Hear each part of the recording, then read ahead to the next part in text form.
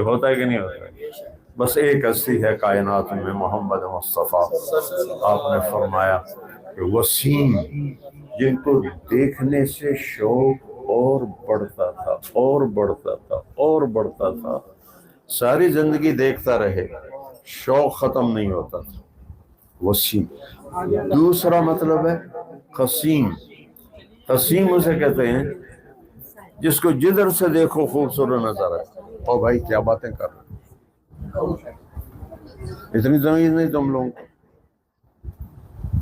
قسیم اسے کہتے ہیں جس کو جدھر سے دیکھو خوبصورت نظر آئے. یہ بچی نے میک اپ کیا ہوا ہے، اب یہ چہرے سے خوبصورت نظر آ رہی، شاید بالوں میں جوئیں ہوں پھر.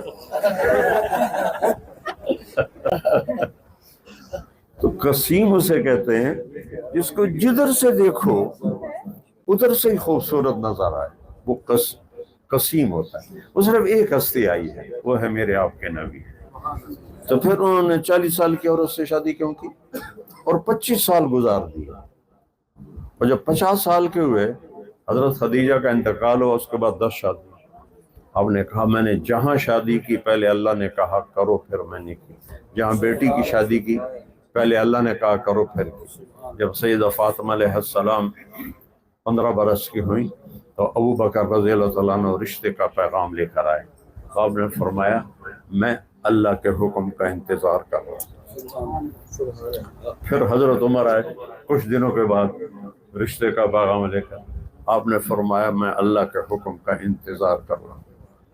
تو عبد الرحمن بن عوف ایک صحابی ہیں، انہوں نے مولا علی سے کہا تو جا، تجھے ہاں کر دیں گے.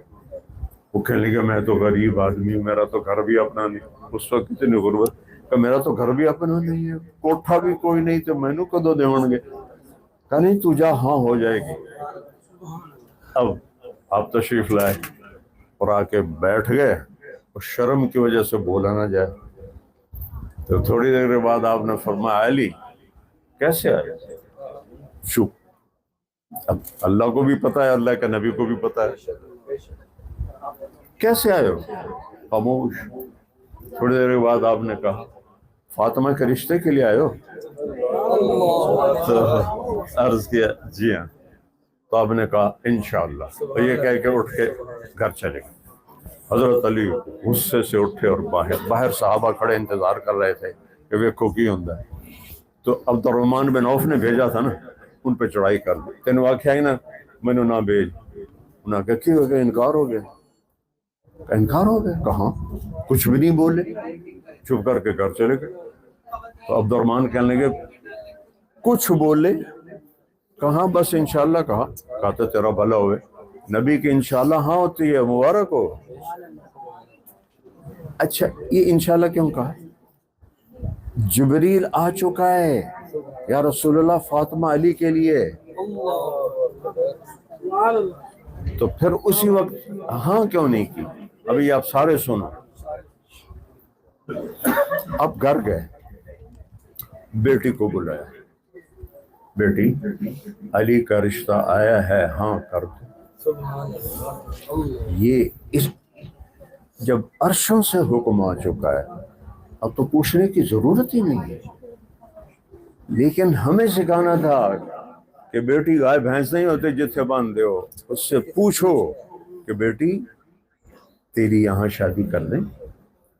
وہ اگر کہے کر دیں بسم اللہ کر. وہ کہے ابا میرا یہاں دل نہیں کرتا تو وہ نافرمان نہیں ہے. وہ ماں سے کہہ دے کہ ماں میں نہیں کرنا چاہتی تو وہ نافرمان نہیں ہے. یہ شریعت نے اس کا حق بنایا ہے. یہ والدین کا جبر ہے جو زبردستی کر دیتے ہیں. تو میرے نبی نے فاطمہ جیسی بیٹی، آپ کا کیا خیال ہے؟ آج کل کی بیٹیاں چپ کر کے سر جھکا دیتی ہیں، تو فاطمہ حسنین کی ماں، جنت کی عورتوں کی سردار، میرے نبی کی آنکھوں کی ٹھنڈک اور جگر کا ٹکڑا، وہ کہے گی نہیں میں نہیں کرنی ہے. کوئی ہے عقل میں آنے والی بات؟ کر دوں وہ خاموش ہو گئی. کنواری لڑکی خاموش ہو جائے تو مطلب ہوتا ہے کر دے. ہاں بیوہ ہے، مطلقہ ہے، اس کو زبان سے کہنا پڑے ہماری بچی خاموش ہو جائے تو وہ ہاں ہوتی. پھر آپ باہر نکلے. آپ نے حضرت علی کو بلایا کہ علی بلاؤ لوگوں.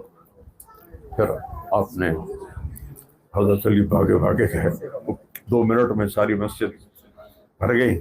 آپ نے ایسے مولا علی کو سامنے بٹھایا اور خود ممبر پہ کھڑے ہو گئے اور اعلان فرمایا لوگوں جبریل میرے پاس اللہ عزت دو. میرے نبی کا فرمان ہے کہ بدترین شخص وہ ہے جو بیوی کو عزت نہ دے. اور آپ نے فرمایا کہ بہترین انسان وہ ہے جو اپنی بیوی کو عزت دیتا ہے. اور قرآن کی ایک مثال بتاتا ہوں. آپ نے کہا بیوی تمہارا لباس ہے. نساؤکم حرث ہن لباس لکم. بیوی تمہارا لباس ہے. اور پھر بیویوں سے کہا انتم لباس ہن. تمہارا خامن تمہارا لباس ہے.